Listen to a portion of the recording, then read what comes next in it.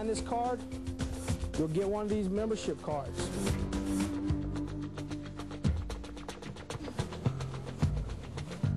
Now I have the responsibility of taking care of my school and making sure no kind of crimes are going on during or drug dealers are selling drugs or nobody gets hurt. By giving them this program, you get millions of children into the police state system. You condition them to be members of the secret police.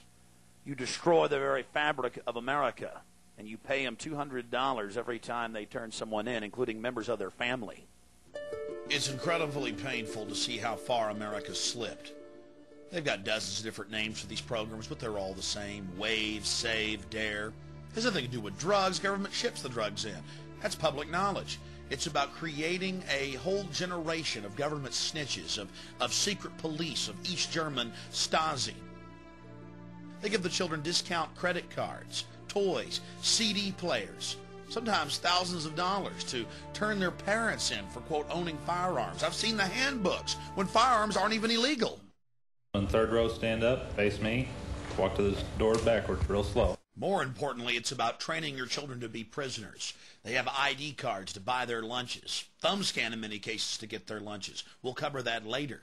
Men in black uniform point MP5 submachine guns, many times loaded, at their heads and load themselves in a drill onto a bus. But I know what you're thinking. Hey, we all saw what happened at Columbine. We've got to protect our children. We've got to put fences up. We've got to turn them into a prison. We've got to have them searched without warrants.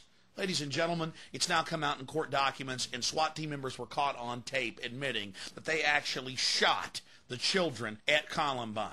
It's been confirmed that at least 6 of the 13 were killed by the SWAT teams. Drop the weapon! Drop the gun! Weapon! Sadistic predators across the nation get to enjoy abusing, traumatizing children as young as 6 years of age. Men in black uniforms yell and scream and cuss profanities at them that we've had to edit out here as they beg and cry and plead.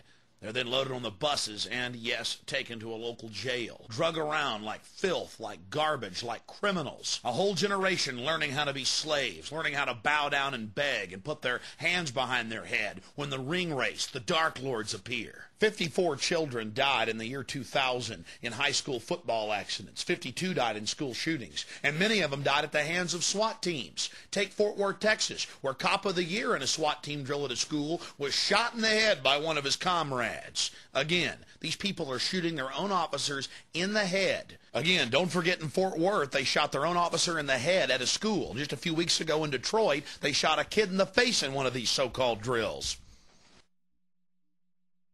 Situated on over 16,000 acres of farmland, Heartland encompasses Heartland Community Church, a non-denominational organization founded on the model given in Scripture of a New Testament church. Heartland is home to one of the finest Christian academies in the country. Covering grades K through 12, Heartland Christian Academy provides top-quality instruction facilitated by the latest in educational technology.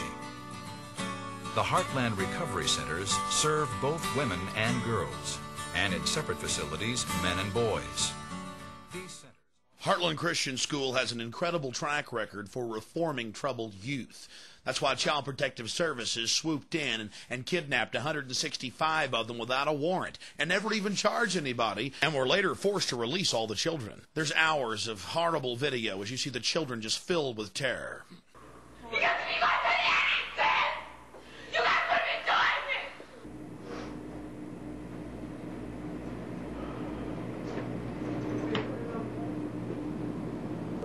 I said, we're going to get away from this camera. We'll do something. Yeah, but two of you all we got. we're going to get a list of all the parents. Just get the child's name. Okay. Everybody that we load up. Yeah. We'll single file them out there, and everybody that comes out. That's taking child abuse! Get off her! That's child abuse! No, it's child abuse! You say that whenever they touch us in the child abuse, that is child abuse! Get him off of her now! That's child abuse! Hey, Mr. Lightyear! here? Never made a delivery to your home before. I'm taking some personal days off, Ed. Usually I gotta track you down in some toxic vortex, a cosmic battlefield. Retinal scan okay? Ouch! What's that for? DNA sample, new policy. A lot of evil hologramic activity going on lately. If we were to show you all the evidence in children's cartoons and media of face scanning, thumb scanning, national ID cards, and overall police state, this film would be 10 hours long. Let's just look at the facts. D.C. has already now implemented a card that is held with the CIA and the National Security Agency for all children. Face scans, thumbprints, you name it. And if they want their school lunches, they have to thumb scan to get it. No thumb scan, no food. Training them for the cashless society and getting them into the database. Think about it. Thumb scanning in government schools to get food. But it's not just children that are being conditioned. Adults all across the land are thumb scanning to bank. And not just bank, to get their lunch too at Kroger and H-E-B food stores from Texas to New York. And now the feds have passed a law that all new cell phones, starting in October 1st, 2001, have to have a satellite tracking grid so they know exactly where you're at for your safety, whatever happened to the Fourth Amendment. Then there's OnStar. The federal government is in talks with the states to force everyone to have an OnStar-type tracking system in their car for tracking as well as taxation purposes. Private companies are racing ahead to implement this Big Brother system. $450 fines from rental car companies for going 1 mile over the speed limit. And that's if you pass the thumb scan to get your rental car. We saw all this coming back in '97, and I got arrested protesting it. The media is talking about thumb scanning to travel. You're working with the foreign banks and the military-industrial complex. This is all their idea. Read the Military War College from 1968. They planned this. And just because you lay around doesn't mean it's not true. Look at all this. Alex Jones is now in an Austin jail, and he'll face a disorderly conduct charge, which mysteriously disappeared off the books. They didn't want to create a court case where I could challenge them for violating my God-given rights. Now here's Dan Rather talking about what they have planned for you and your family in the new police state America. Nonviolent offenders who don't even have to be behind bars. They could be closely tracked by a global positioning satellite that can spot them down to a few feet.